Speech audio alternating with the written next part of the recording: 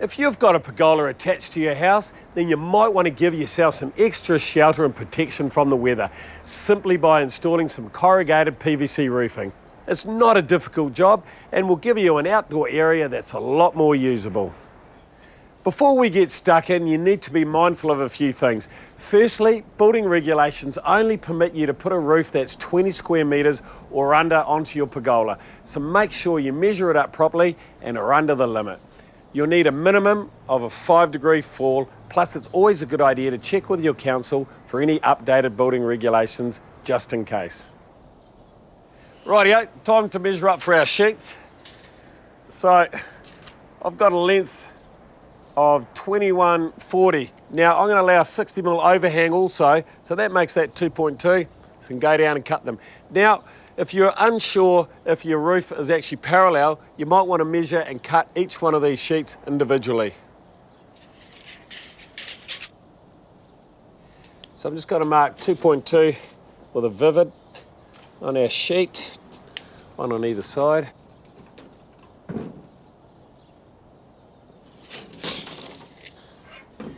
We'll just rule a line one side or the other.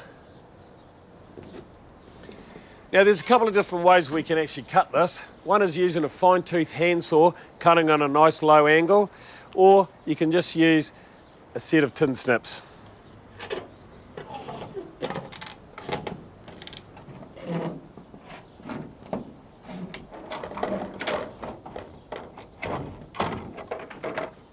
Now just do the same for all the rest.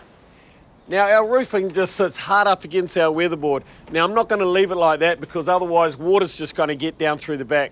So what I've had made up is an apron flashing. Now the way an apron flashing works is it tucks in underneath between these two weatherboards and it's going to give us a nice weather-tight seal. So in order to get that underneath, I'm going to have to open that joint up to slip it in. Now I want to protrude up at least 40mm. Now I've had this apron flashing custom made to the right colour and length by placing an order with the guys in the trade department at Mitre 10. Now one of our best friends you can use for this particular job is using the mighty handy bar. That's just going to get underneath between those two boards and wedge them open gently. We only just want to take our time. We don't want to crack these weatherboards. It's only enough just to get the blade of our sabre saw underneath so we can cut the nails.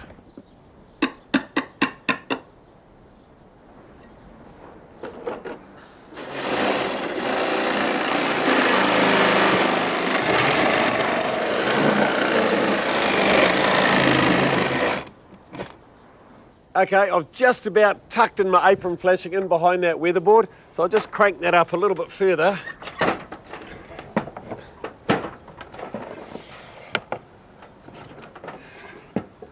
Right, now that's looking pretty good. All I need to do now is slip my roofing in underneath, and then once I put a sheet on, I'll come back and nail through the top weatherboard in through my flashing, so then I don't have to climb back up on the roof later on.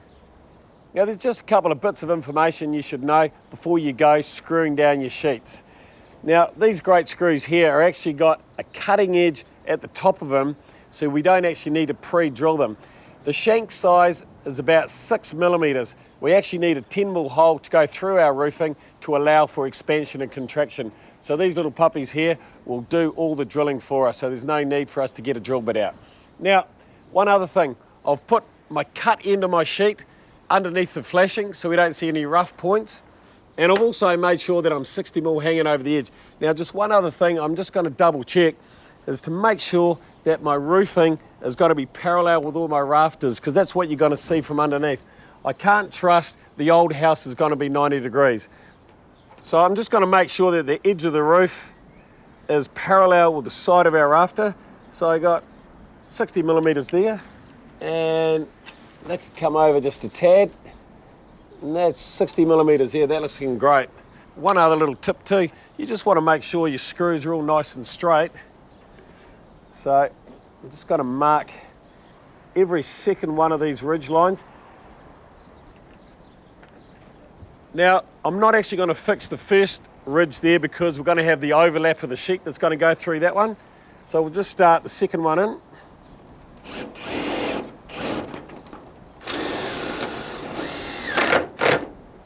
And you only want to just drill that down just enough so it's not pushing the sheet down too far.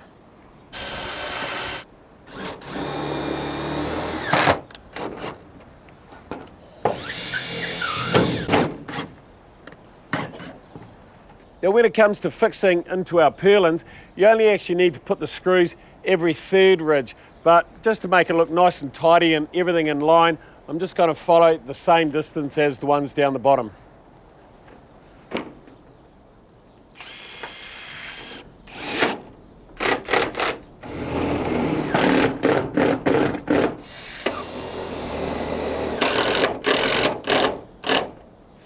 Now because I've got an internal corner here, I'm also going to have to put another apron flashing down this line. Because I've got a corner box here and a flat box in the middle, I've got all these different lines. Just to make it easy for myself when I put the apron flashing on, I've just ripped a couple of packers and I've just siliconed them to the weatherboards, and that's just going to take out all those different lines and all that. All I'm going to do is place the apron flashing hard on top of that, and then I'll have a piece of timber that sits on top of that and it keeps it all nice and watertight. Now I'm just going to fix this apron flashing in place using these 30mm galvanised clouts.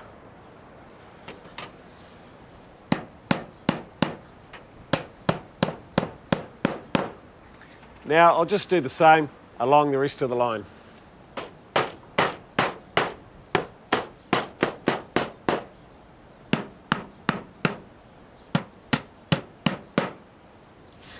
Okay, I'm just about ready to fix down my little timber head flashing.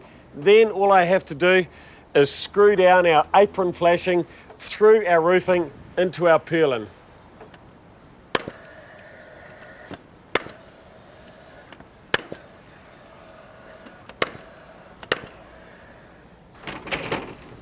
Now just a wee little note, the type of screws that we're going to use that go through our steel flashing are not the same type of screws that we use for our PVC sheeting.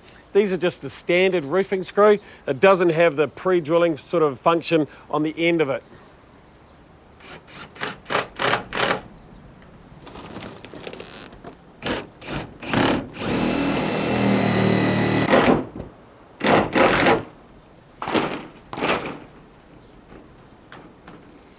Now when you're laying these sheets, you just want to make sure that you're only doing one overlap onto the previous sheet. Now we're just going to make sure that we're 60mm from the front face, we're in line with the previous sheet, and then once again we fix exactly the same as we did the other sheet.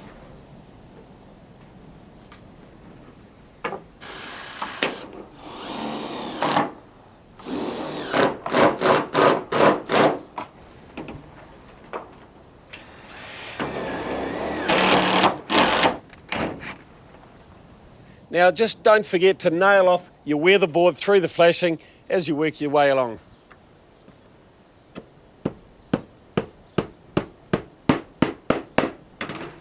Now another thing you also have to do as you work your way along is just pushing the soft edge into the profile of the corrugate. You don't want to jump up and do this later.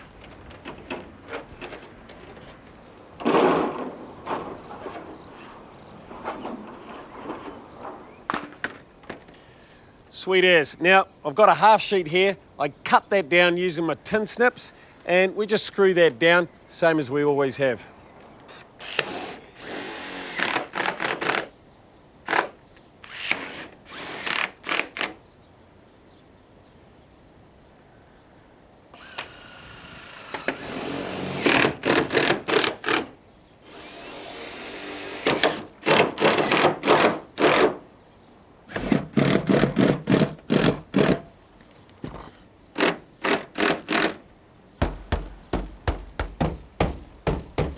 As per council regulations, the next thing you'll need to do is install guttering.